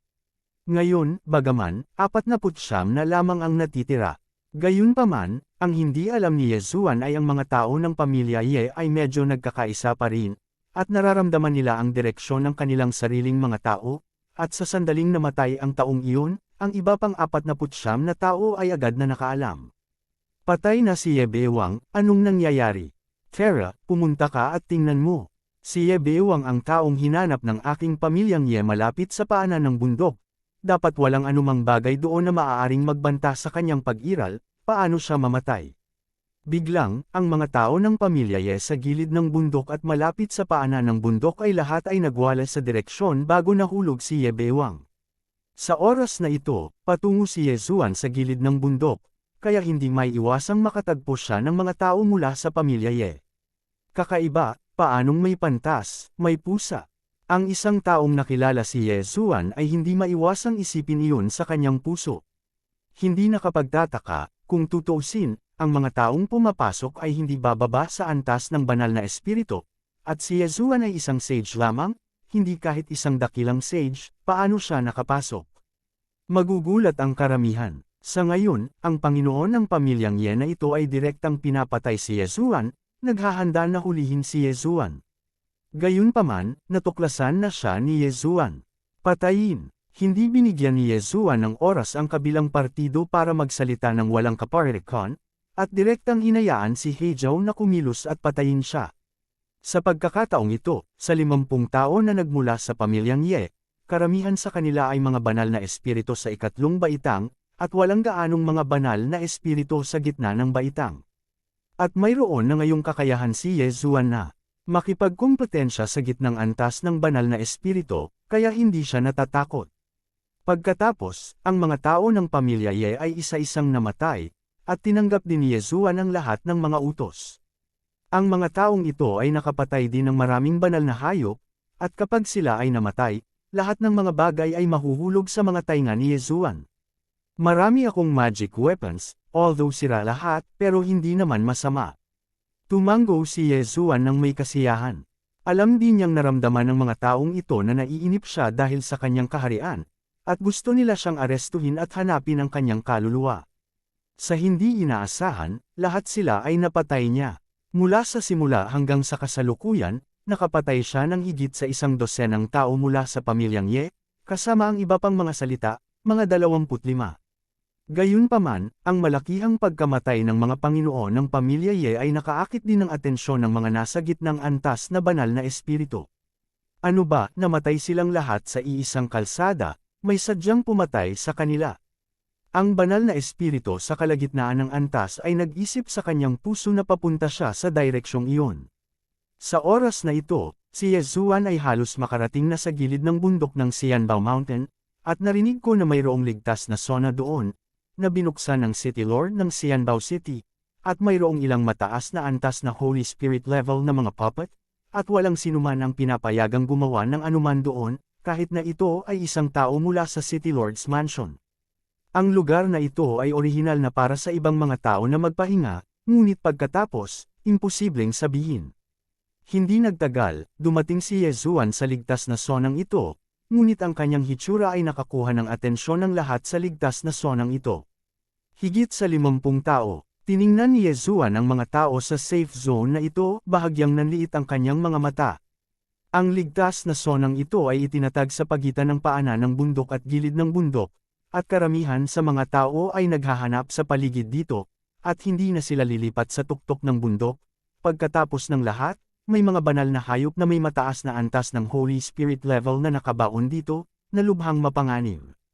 Gayunpaman, si Yezuan, isang pantas, ay medyo kakaiba. Kakaiba, paano magkakaroon ng sage? Hindi ko alam, sa daan-daang taong pinasok namin noong panahong iyon, lahat sila ay nasa antas ng banal na espiritu, at maaaring walang banal. So, siya ay orihinal na nasa Xianbao Mountain. Bilasan mo, hulihin mo siya, baka may alam siya. Sa sandaling iyon, maraming tao ang nagmadaling lumabas sa safety zone at dumiretso patungo kay Yezuan. Blackhorn, luo-luo, oras na para ipakita mo ang iyong kakayahan.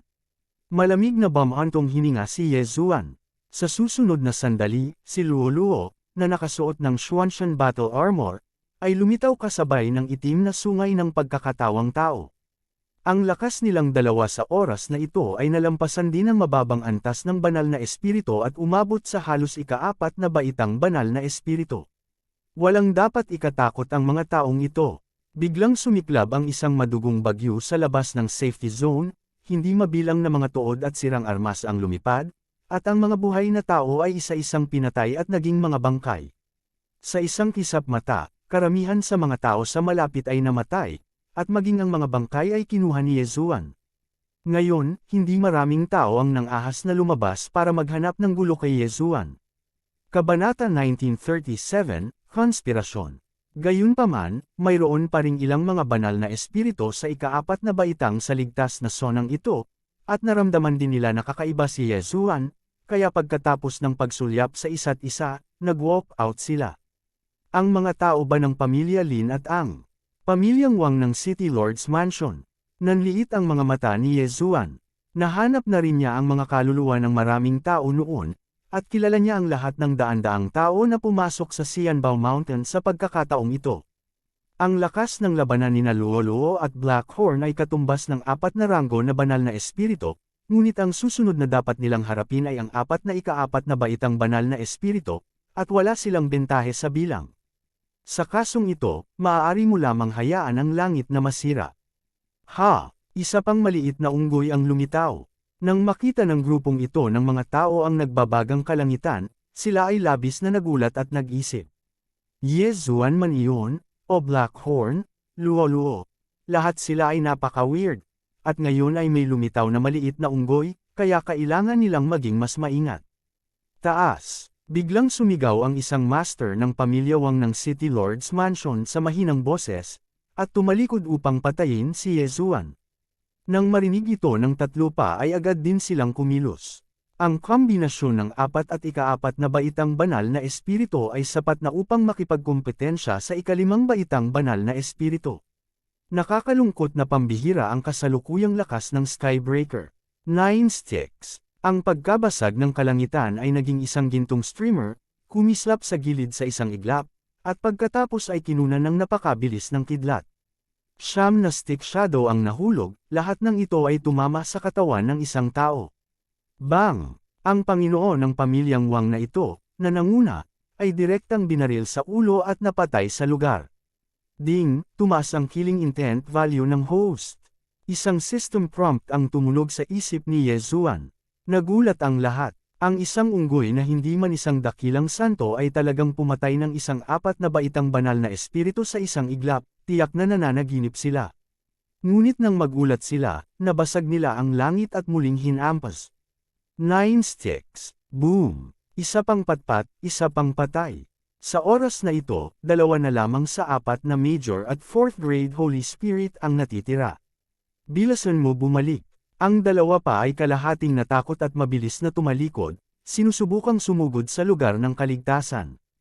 Gayunpaman, napakabilis ng pag-atake ni Megatron, at nakapatay siya ng isa pang tao. Kaya lang nakatakas ang huli sa safe zone. Minsan, ang 3 bangkay ng ika-4 na baitang banal na espiritu ay nagkaroon ng magandang ani. Maraming bangkay ng banal na hayop, at nakuha nila ito. Ngumisi si Yesuan at sinulyapan ang mga tao sa safe zone. Nang ang grupo ng mga tao ay tiningnan ni Yesuan ng ganito, bigla silang nakaramdam ng galit. Naghinala sila na si Yesuan ay dapat na tagapagmana ng isang makapangyarihang banal na hayop sa Immortal Treasure Mountain, kung hindi, paano siya magiging napakatalim? Sino ka? Ang tanging natitira sa ika-4 na baitang banal na espiritu ay hindi maiwasang magtanong. Hindi mo kailangang malaman iyon. Sabi ni Yesuan habang naglalakad siya patungo sa ligtas na lugar. Huwag kang pumunta dito, may 2 golden armor puppet dyan, nakita mo na ba sila? 7th grade Holy Spirit level puppet sila, pagpasok mo, papatayin ka agad. Itong Panginoon ng pamilyang Wang ay biglang nagpaalala. Hanggat hindi ko ito gagawin sa safe zone, hindi nila ako aatake. Ngumiti si Yesuan at pumasok sa safe zone. Oo naman, hindi kumibo ang 2 puppet na iyon. Ang 2 puppet na ito ay nakuha ng City Lord ng Xianbao City sa isang pakikipagsapalaran, at ang kanilang lakas ay napakalakas. Sa oras na iyon, kabuuang 5 estatwa ang nakuha. 3 sa mga ito ay nasa City Lord's Mansion at 2 ay nasa Xianbao Mountain. Gayunpaman, tanging ang City Lord ng Immortal Treasure City lamang ang makakakontrol nito, kahit ang mga tao sa Mansion Royal Family ng City Lord ay hindi ito makontrol, kaya si Yesuan ay nakahakbang ng hindi nasaktan. Sino ka ba? Itong Panginoon ng pamilya Wang ay hindi maiwasang magtanong. Huwag kang magsalita ng walang kaparirikan, o huwag mo akong sisihin sa pagiging walang awa. Bahagyang nanliit ang mga mata ni Yesuan. Kakagalaw lang ni Fang, kaya't ibinalik niya ito sa planting space para magpahinga. At sa panahong ito, nanatili muna siya sa ligtas na lugar. Ang Panginoon ng pamilyang Wang na iyon ay nagmamadaling nagpaalam sa 5 gradong banal na espiritu ng City Lord's Mansion, at hindi lang iyon, ngunit ang iba ay ganoon din. Ang kakaibang hitsura ni Yesuan sa Xianbao Mountain ay malamang na may ilang mga sikreto, kaya ang mga tao mula sa lahat ng panig ay sumugod sa safety zone. Gayunpaman, si Yesuan ay may lugar na pagtatanim, at bago dumating ang kabilang partido, tiyak na gagaling si Pat Ian. Higit pa rito, nasa safe zone pa rin si Yesuan.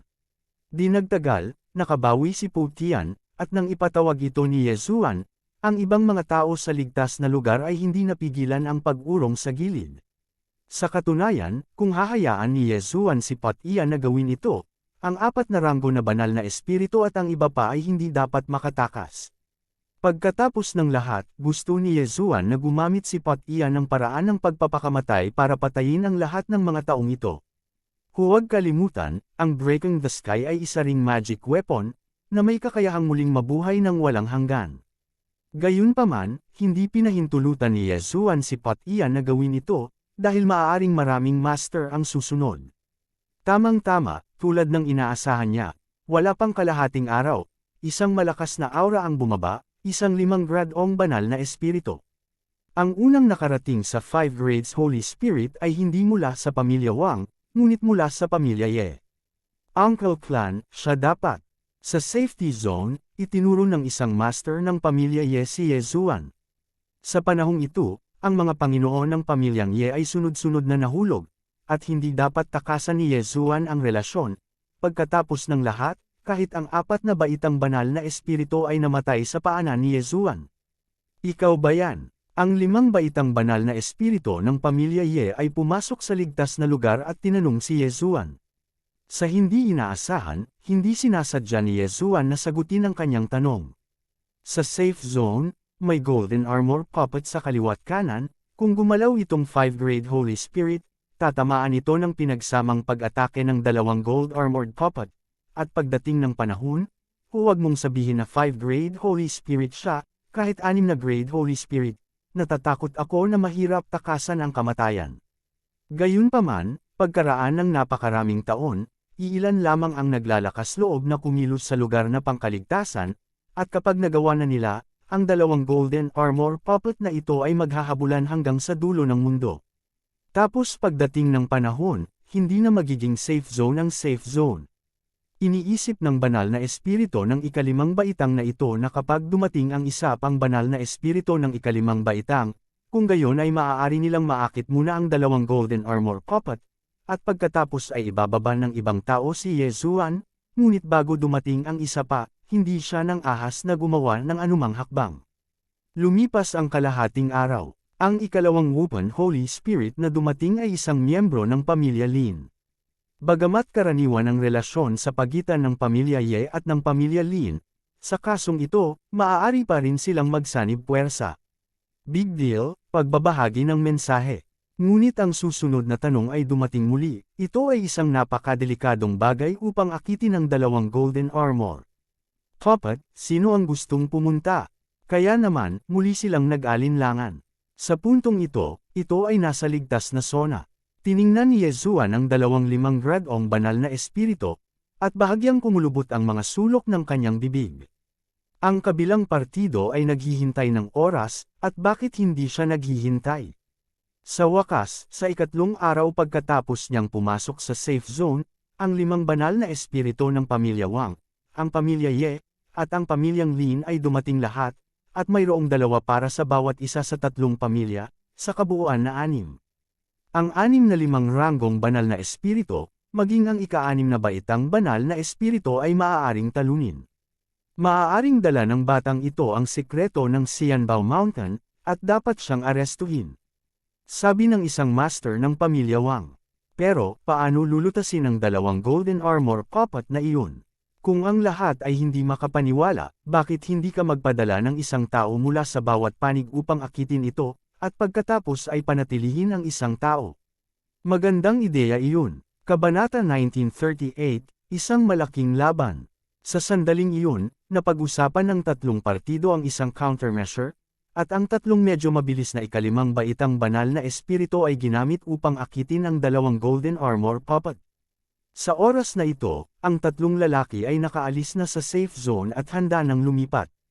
Sok, gagawin mo ba? Ngumisi si Yesuan. Handa na rin siya. Gawin mo. Sa oras na ito, sumigaw ang isang master ng pamilya Wang, at sa susunod na sandali, ang 3 tao na nasa labas ng safe zone ay sunod-sunod na bumaril, at lahat sila ay inatake si Yesuan.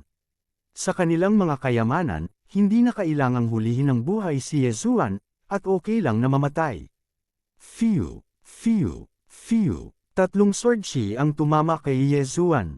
Nang madala ang 3 sword shi na ito sa safe zone, sa wakas ay gumalaw ang 2 golden armor puppet. Walang mga kamay ang maaaring gamitin sa ligtas na zona, kahit na nasa labas ka ng ligtas na zona, hanggat ang pag-atake ay pumasok sa ligtas na zona, hindi ito gagana. Ang 2 golden armored puppet na ito ay susuriin ng banal na kapangyarihang ito at pagkatapos ay hahanapin ang kanilang Panginoon. Bang! Bang! Ang 2 golden armored puppet na ito ay nagtakdang patayin ang 35 ranggong banal na espiritu, at ang 3 iyon ay handa ng tumakas. Gayunpaman, sa sandaling lumingon sila, nakarinig sila ng isang mahinang ingay sa likuran nila. Boom! Nagulat ang 3, pati na ang iba pa sa safe zone.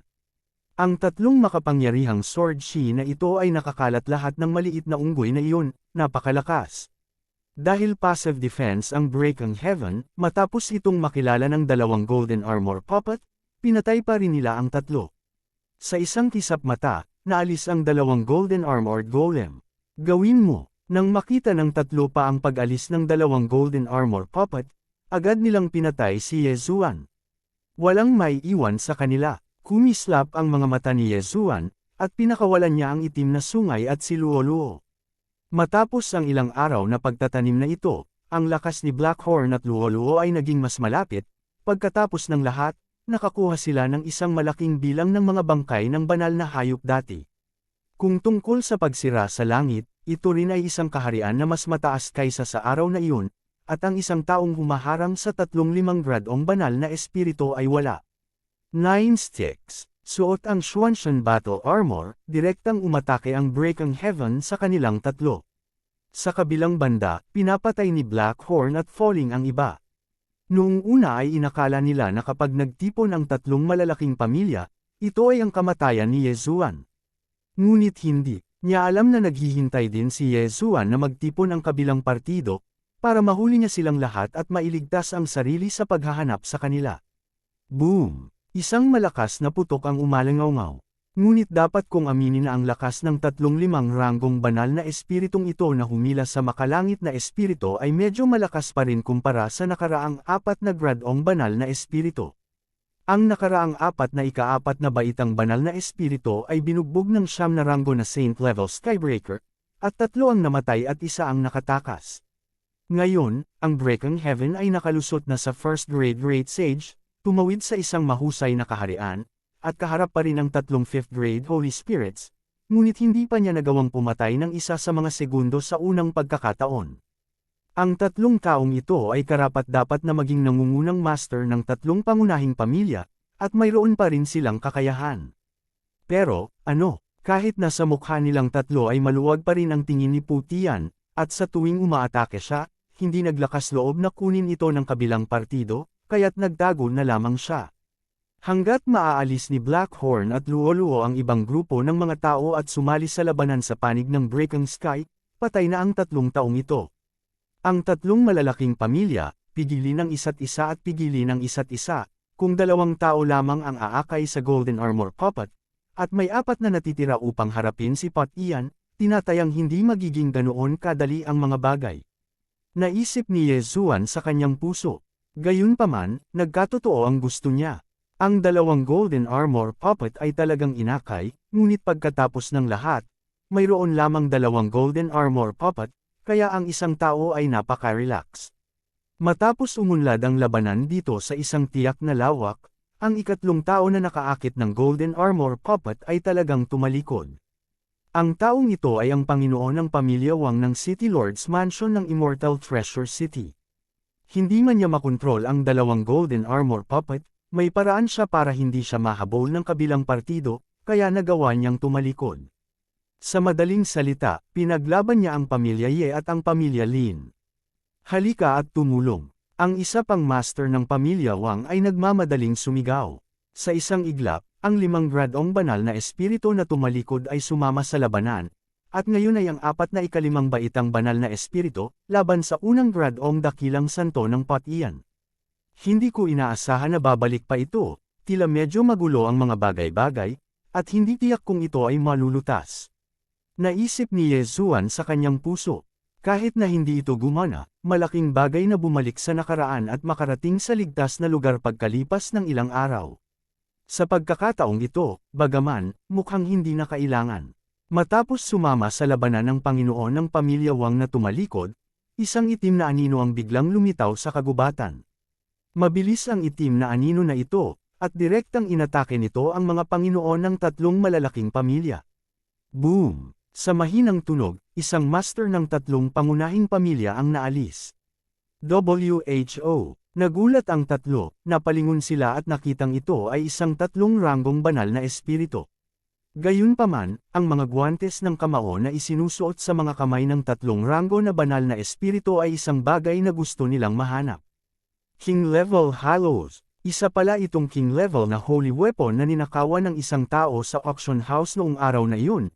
Wika nga, ang bumaril nito sa pagkakataong ito ay ang magnanakaw noong araw na iyon. Hindi mo maiwasang gumawa ng hakbang. Ngumisi si Yezuan. Sa katunayan, bago siya pumasok sa Xianbao Mountain, alam na niya na may isang taong kilala niya sa daan-daang tao. Ang taong ito na kilala ko ay ang batang lalaki mula sa Demon Rat Palace. Kaya lang ay hindi siya isinasapuso ni Yezuan sa oras na iyon, dahil posibleng pumasok ang kabilang partido at pumatay ng mga tao. Tutal, ang kabilang partido ay may hawak na king level na banal na sandata sa kanyang kamay. Gayunpaman, napansin ni Fang Kai Yezuan na nakarating din siya sa paligid ng safety zone, ngunit hindi niya inaasahan na kapag kinubkob siya ng mga amo ng 3 malalaking pamilya, talagang tutulong sa kanya ang binatang ito. Sa pagdagdag ng binata na ito, ang sitwasyon ay nabaligtad sa isang iglap, at ang mga mukha ng mga Panginoon ng tatlong malalaking pamilya ay malungkot, at pagkatapos ng dalawa sa kanila ay sumulyap sa isa't isa, sila ay tumalikod at tumakas. Ang dalawang taong ito ay parehong Panginoon ng pamilya Wang, dahil pakiramdam nila na kapag hindi sila umalis, malamang na mahulog sila. Bastos, nang makita ito, ang pamilya Ye at ang pamilya Lin ay galit na nagpagalit. Sayang lang at huli na. Nagkasundo si Pat Ian at ang bata, at nanguna sa pag-atake sa isang tao at direktang pagbomba sa kanya. At pagkatapos ay may isa pang tao. Sa isang kisap mata, bumagsak ang mga Panginoon ng pamilyang Ye at ng pamilyang Lin, kaya ang sumunod na dalawang Panginoon ng pamilyang Wang ang sumunod. Phew! Sa sobrang bilis ng bata ay mabilis niyang naabutan ang isa sa kanila at hinarang. Ang isa naman ay binaril ng Skybreaker at ginamit ang siyam na stick na nakakabasag ng lupa para pigilan siya. Mula sa simula ng 1-on-3, hanggang sa susunod na 1-on-4, pagkatapos 2-on-4, at sa wakas, ang ebolusyon ay naging 2-on-2. Isa laban sa 4, hindi ko naramdaman ang pressure noong binasag ko ang langit, at sa kaso ng 1-on-1, wala na. Wala pang 2 segundo, pinasabog niya ang kalaban hanggang mamatay, at pagkatapos ay nakipagkaisa sa binatilyo upang durugan ang huling tao hanggang mamatay. Ding, tumaas ang killing intent value ng host. Kabanata 1939, Paglipol.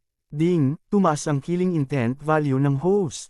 Sa isip ni Yezuan, isang system prompt ang tumunog, at pagkatapos, nakita niya si Po Tian na sinunggaban pabalik ang dalawang bangkay. Hindi ko inaasahan na nandito ka. Matapos makita ang binata, hindi napigilan ni Yezuan na sabihin. Hindi ko ini-expect na makakapasok ka, anong paraan ang ginamit mo? Tanong ng bata, maliit na bagay lang sa akin, kaya lang, bakit ka nag-move on? Tanong ni Yezuan, sa pagharap sa tanong na ito, ang binata ay huminto, at pagkatapos ay nagsabi, noong una, akala ko na ikaw ay isang tao lamang na may mataas na kwalifikasyon, ngunit pagkatapos kong makita ang lakas nito, natanto ko na ang iyong sinabi ay hindi walang laman na usapan. Panipi, ibig mong sabihin, iniligtas ang Palace Master ng Divine Monkey Palace. Sabi ni Yezuan, hindi masama. Tumango ang binata at sinabing, my name is Wei Jin, what about you? Panipi, Yezuan. Sagot ni Yezuan, maaaring ibunyag ng kabilang partido ang kanyang pangalan, na nangangahulugan na nakilala siya ng kabilang partido. Pagkatapos makita ang iyong lakas, nagpa siya akong tulungan ka at iligtas ang Palace Master ng Divine Monkey Palace. Wei Jin Road, alam mo ba kung saan siya selyado? Tanong ni Yezuan, kung nais mong iligtas ang Master ng Palasyo ng Divine Monkey Palace, kailangan mong malaman ang lokasyon ng selyo, ngunit ngayon ay wala na siyang ideya, at bulag pa rin siyang naghahanap. Ito ay kalikasan. Tumango si Wei Jin at sinabing, ang paanan ng bundok at ang gilid ng bundok ay hindi na mabilang na ginalugad ng mga tao ng Xianbao City, bagamat nakakahanap sila ng bagong magic weapon sa bawat pagkakataon, ngunit ang lokasyon ng silang ay tiyak na wala dito, kaya maaari lamang itong nasa tuktok ng bundok o sa gitna ng Xianbao Mountain. Panipi, sa sandaling lumabas ang mga salitang ito, inilibot ni Yezuan ang kanyang mga mata nang walang magawa. Maaari rin siyang mag-isip tungkol sa ganitong uri ng bagay, ano pa ang kailangan niyang sabihin. Gayunpaman, sa ilalim ng normal na mga pangyayari, kahit na maabot mo ang tuktok ng bundok, malamang na hindi mo mahahanap ang lokasyon ng silang. Biglang sabi ni Wei Jin. Bakit? Nagtatakang tanong ni Yezuan. Sa pangkalahatan, ito ay tumutukoy sa kasalukuyang, iyon ay, ang matatag na panahon ng Xianbao Mountain. At ang espesyal na kaso ay tumutukoy sa natitirang 11 buwan ng panahon ng kaguluhan, at ayon sa aking hula, sa oras na iyon lilito ang selyo. Hindi napigilan ni Wei Jin na huminto pagkatapos magsalita, at pagkatapos ay nagsabi, itong Immortal Treasure Mountain, maraming beses din akong pumasok, kasama ang katawan ng aking Demon Rat Palace minsan ay sumugod ako sa tuktok ng bundok, sa oras na iyon, nakarinig ako ng nakakatakot na dagandong. Panipi, anong tunog? Kumunat ang noo ni Yezuan. Noong oras na iyon, pagkatapos marinig ang boses na iyon, ang aking katawan ay hindi sinasadyang sumunod sa tunog, ngunit sa kabutihang palad ay nagising ako, at pagkatapos ay nagmamadaling umalis sa Xianbao Mountain. Sa palagay ko ito ang dapat ay ang dagandong ng Heaven-breaking Palace Lord, na ginamit upang ipatawag ang mga banal na hayop na iyon. Sabi ni Wei Jin, tipunin ang mga banal na hayop, ano ang gagawin? Naguguluhan na tanong ni Yezuan. Hindi ko alam ang tungkol dito, kaya iniisip ko na kung gusto mong hanapin ang selyo, kailangan mong maghintay ng hindi bababa sa kalahating buwan mamaya, kapag nagkagulo ang buong Xianbao Mountain. Umiling si Wei Jin at sinabing, pagkatapos ay maghintay. Tumango si Yezuan. Sinabi ni Wei Jin, gayunpaman, sa Immortal Treasure Mountain sa panahon ng riot, ang mga banal na hayop na may mataas na antas ng Holy Spirit na nakabaon sa gilid ng bundok ay ipapadala lahat, at ang antas ng panganib ay hindi bababa sa 100 beses na mas mataas kaysa ngayon. Panipi, huwag kang mag-alala, dahil naglakas loob akong manatili, nangangahulugan ito na sigurado ako, at sa kalahating buwan, makakatakbo na ako ng talamak sa Xianbao Mountain. Nakangiting sabi ni Yezuan. Matapos itong marinig ni Wei Jin, medyo naghinala siya, ngunit dahil nagpasya siyang tulungan si Yezuan, hindi siya makaalis. Kung ganoon, pagkatapos ay makikita ko kung ano ang kaya mo, ngunit ang paghahanap ng lokasyon ng selyo ay ang unang hakbang lamang, at kung maaari mong basagin ang selyo ang susi. Wei Jin Road, maghintay. Susunod, si Yezuan ay nasa Xianbao Mountain, patuloy na humahanap ng gulo sa ibang tao. Ang mga Panginoon ng tatlong pangunahing pamilya na dumating sa oras na ito ay halos linisin ni Yezuan, pagkatapos ng lahat, ang 6 na ikalimang baitang banal na espiritu ay patay na lahat, sino pa ang makakapigil sa langit? Hindi, ngayon ang Blackhorn ay hindi makakahanap ng anumang kalaban, pabayaan ang pagsira sa langit. Gayunpaman, pagkatapos malaman ang tungkol dito, ang mga City Lords ng Xianbao City, ang Ye Family Masters, at ang Lin Family Masters ay nagtipon na para talakayin ang mga countermeasures. Pagkatapos, nagpasya ang City Lord ng Xianbao City na muling buksan ang Xianbao Mountain Formation, at sa pagkakataong ito, hindi na nila kailangan ng kota para makapasok. Ang Panginoon ng lungsod ng Xianbao City, ang pinuno ng pamilyang Lin, at ang pinuno ng pamilyang Ye ay pawang mga 6 na baitang banal na espiritu, at ang kanilang lakas ay napakalakas. At sa pagkakataong ito, halos isama na nila ang mga Panginoon ng pamilya, dahil lahat sila ay ipinatawag para sa kanilang bahagi. Una, lumitaw ang king level na banal na sandata sa Xianbao Mountain. Pangalawa, sa Xianbao Mountain, mayroong isang pantas na may kasamang unggoy, at pinatay pa ng unggoy na ito ang 5 baitang banal na espiritu. Sa makatuwid, nadama nila na ang oras na ito ay hindi pangkaraniwan, kaya lumabas sila sa pugad. Gayunpaman, ang hindi nila alam ay naghihintay na si Yezuan sa kanila sa paanan ng bundok sa oras na ito. Hindi nagtagal, ang mga koponan ng 3 malalaking pamilya ay pumasok sa Xianbao Mountain, ngunit katatapos lang nilang tumuntong sa Xianbao Mountain, at nagkaroon ng malakas na ingay sa kaliwa at kanan. Ano ito? Napalingon ang lahat at nakita nilang dalawa silang puppet na nakasuot ng gintong baluti. Paano ito posible? Nagulat ang City Lord ng Immortal Treasure City. Ang 2 golden armor puppet na ito ay ipinadala niya sa Xianbao Mountain, paano sila makikita ngayon sa paanan ng bundok? Bago pa siya makapag-react, ang 2 golden armored puppet na ito na maihahambing sa 7th grade Holy Spirit ay direktang pinatay ang kanilang team. Nagsanib puwersa ang 3 malalaking pamilya at nagdulot ng madugong bagyo. Hindi ito ang punto ay pagkatapos na lumitaw ang golden armor puppet, si Yezuan, na nakasquat sa malapit, ay kumilos din. 9 sticks. Nabasag ang langit, diretso siyang pumatay, at nabasag ang isang patpat sa 6 na gradong banal na espiritu. Bang! Ang malas na taong ito ay ang pinuno ng pamilya Lin, at siya ay malubhang nasugatan ng isang stick, at sa isang malapit na gold armored puppet, siya ay direktang napatay sa isang iglap. Ang katotohanan na ang isang 6 na ranggo na banal na espiritu ay direktang nahulog ay talagang lampas sa inaasahan ng lahat.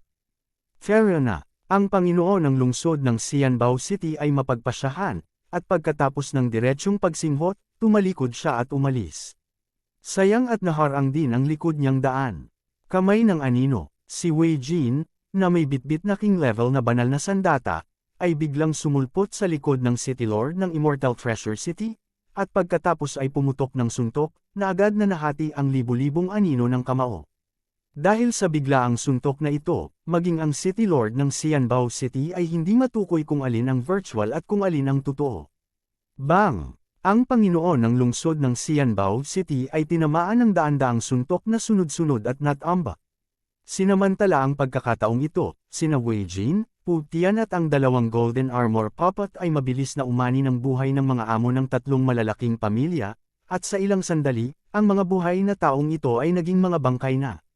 Sa ngayon, dalawa lang ang tao, ang isa ay ang City Lord ng Xianbao City, at ang isa ay ang pinuno ng pamilya Ye. Silang dalawa ay magkabalikan, at ang kanilang mga mukha ay nakasubsob sa ilalim.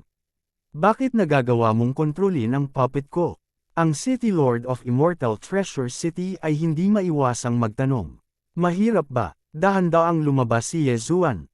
Ang lakas ng dalawang Golden Armor Puppet na ito ay hindi mahina, ngunit ang pagtatanggol sa Breakang Heaven ay kamangha-mangha. Ginamit ni Yezuan ang Breakang Heaven para makaakit ng puot, habang ginagamit ang immortal level na devouring system para kontrolin ito, kahit na tumagal ito ng mahabang panahon, ngunit sa huli ito ay matagumpay. Kung hindi, hindi niya mapapawi ng ganoon kadali ang hanay ng tatlong malalaking pamilya ngayon. Kabanata 1940, apat na Diyos na nagtatatak sa makalangit na array. Sumunod, ang Panginoon ng lungsod ng Immortal Treasure City at ang pinuno ng pamilyang Ye ay hindi nagtagal. At sa huli, binato pa rin sila hanggang sa mamatay ng nakabasag langit na patpat.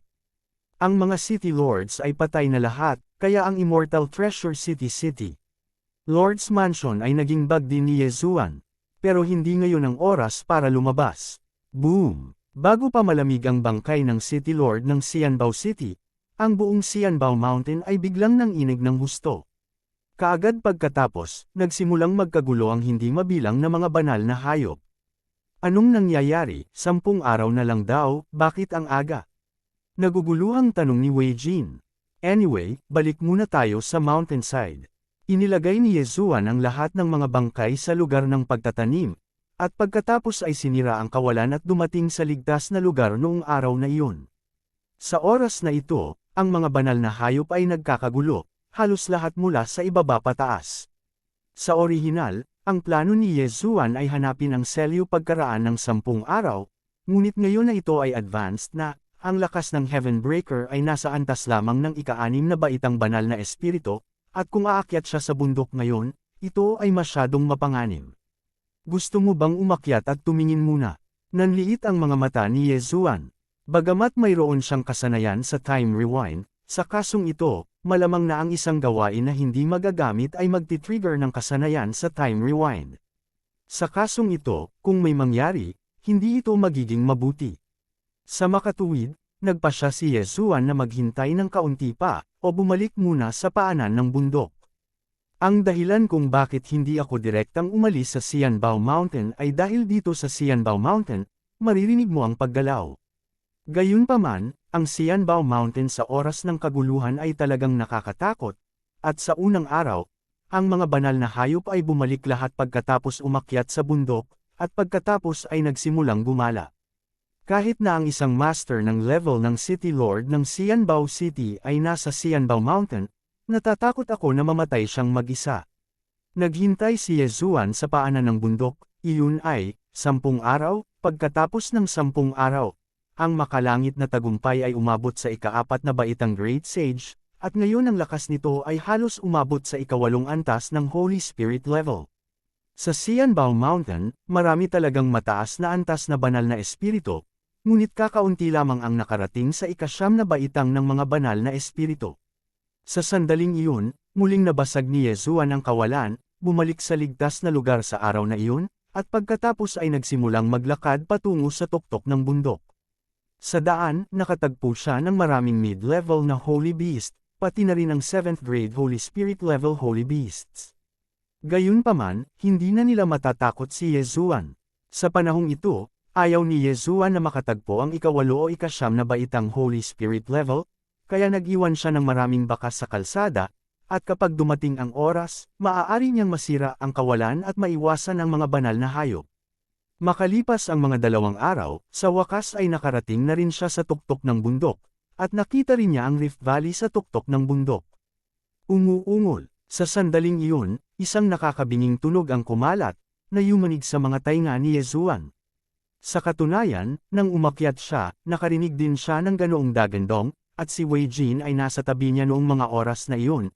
Ngunit sa oras na iyon, ang katawan ni Wei Jin ay hindi sinasadyang nagsimulang gumalaw, kaya tinanggap ito ni Yezuan sa planting space. Hindi lang iyon, ngunit ang dagandong na ito ay nagkaroon din ng epekto sa Black Horn at Luoluo, ngunit hindi sa kanya, kaya nahulaan niya na ang tunog na ito ay nakatutok sa mga banal na hayop at demon cultivator. Bilang karagdagan, ang pagsira ng langit ay hindi apektado. Sa mga salik na ito, natitiyak ni Yezuan na ang dagandong na ito ay nagmumula sa Palace Master ng Divine Monkey Palace. Heaven Breaking Palace Master, ikaw ba? Yan. Pagkarating ni Yezuan sa tuktok ng bundok, agad siyang sumigaw sa kanyan. Kaagad pagkatapos, tumigil ang dagandong. WHO, isang kakaibang tunog ang nagmula sa kanyan. Sa Zia Yezuan, gumawa ako ng isang espesyal na paglalakbay upang hanapin ang aking mga nakatatanda upang makita kung matutulungan ko ang aking mga nakatatanda na makaahon sa gulo. Patuloy na sumigaw si Yezuan. Gayunpaman, walang tunog sa kanyan sa susunod, at pagkaraan ng mahabang panahon, isang pangungusap ang lumabas, umalis ka, hindi mo masisira ang aking selyo. Panipi, ang usapin ng selyo, huwag muna nating pag-usapan ito. Ngunit ang nakababatang henerasyon ay nagdadala ng isang tao na dapat na gustong makita ng mga nakatatanda. Sinadya ni Yezuan na ibenta si Guanzi. Gayunpaman, hindi dapat ituring na tao si Pot Ian, ngunit hindi alam ni Yezuan kung paano ilarawan si Pot Ian. Sino ang gusto kong makilala? Pagkatapos marinig ito, sinulyapan ni Yezuan ang Heaven-Breaking Divine Ape sa kanyang balikat, at pagkatapos ay sinabi, kapareho ito ng mga nauna nito, mayroon itong bloodline ng Heaven-Breaking God Ape. Panipi, ano? Sa sandaling lumabas ang mga salitang ito, ang mga tao sa kanyan ay nagulat. Bilasan mo, ipasok mo. Dahil sa tono ng pagkainip na ito, bahagyang nabaluktot ang mga sulok ng bibig ni Yezuan, at pagkatapos ay dinala niya sina Pot Ian at Wei Jin sa kanyan. Napakadilim ng kanyan, ngunit nakikita pa rin ito ng lahat, ngunit wala sa kanyan, saan nanggaling ang tunog. Sa oras na ito, si Yezuan, na may mata ng insight, ay biglang nakakita ng kakaibang lugar. Sa dulo ng kanyan ay isang pader na bato, ngunit ang isang ito ay medyo kakaiba, at ito ay nagpapalabas ng apat na magkakaibang aura. Halika, itong seal na ito ay sumasangga sa aking pangunawa, nakikita ko lamang ang aking mga mata, lumapit kayo. Sa likod ng pader na bato, isang boses ang narinig. Mabilis na lumapit si Yezuan kasama sina Pot Ian at Wei Jin, at sa wakas ay nakita nila na mayroong isang nasa katanghaliang gulang na unggoy sa pader na bato. Munting unggoy, maliit na unggoy. Napaka-emosyonal ng middle-aged na unggoy na ito nang makita si Po Tian, kung hindi dahil sa selyo sa harapan niya, matagal na siyang sumugod palabas. Senpei, alam mo ba? Nagliwanag ang mga mata ni Yezuan at nagtanong. Kalokohan, ewan mo, bunso kong anak. Sinabi ng nasa katanghaliang gulang na unggoy, sa labanang iyon, ang aking asawa ay nakatakas kasama nito noong ito ay nasa lampin pa, bagamat ako ngayon ay natatakan at nakahiwalay, at hindi ko maramdaman ang hininga ng dugo, ngunit nakikilala ko ang mga mata nito, hindi ako maaaring magkamali.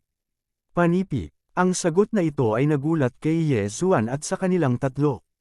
Inisip din ni Yezuan na si Pot Ian ay isang inapo lamang ng Divine Monkey Palace Breaking Heaven Palace Master, ngunit hindi niya inaasahan na ito ay kanyang sariling anak, tila sa pagkakataong ito, walang mali. Nang matagpuan ko si Pot Ian, nasa ibang kontinente pa rin kami ng kalawakan, tapos nagkataon na napunta ako sa Holy Realm, pero hindi ko inaasahan na dito pala ito, sabi ni Yezuan. Salamat, binata, hindi ko inaasahan na makikilala ko pa ito sa buong buhay ko. Sabi ng nasa katanghaliang unggoy, at hindi napigilan ang pagpatak ng dalawang linya ng luha. Siya nga ang Heaven-Breaking Palace Master ng Divine Monkey Palace, ngunit pagkatapos ma-sealed sa loob ng napakaraming taon, ang kanyang lakas ay patuloy na bumabagsak, at ang kanyang habang buhay ay halos sa dulo. Tumili. Sa sandaling ito, biglang tumalon si Pot Ian sa harap ng selyo at inilagay ang kanyang maliit na palad dito.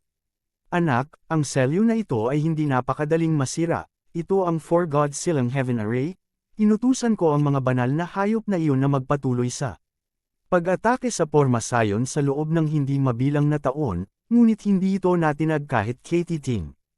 Umiling ang Heaven Break ang Palace Lord. Senyor, wala na bang ibang paraan? Sumimangot si Yezuan at nagtanong. Ang apat na Diyos na ito na nagbubuklod sa hanay ng mga langit ay lubhang nakakatakot, kung ito ay sapilitang masira, ang pormasayon ay sesabog sa loob, sa aking kasalukuyang kalagayan, natatakot akong hindi ako makaligtas. Ang Heaven Break ang Palace Lord ay umiling at sinabi. Noong una, gusto lang ni Yezuan na sapilitang sirain ang pormasayon pagkaraan ng ilang sandali, ngunit ngayon ay tila hindi na ito gagana. Gayunpaman, biglang may naalala ang Heaven Break ang Palace Lord at sinabing, nga pala, ang apat na Diyos na ito ay may paraan para basagin ang Heaven silang array, at iyon ay para makakuha ng apat na partikular na dugo. Panipi.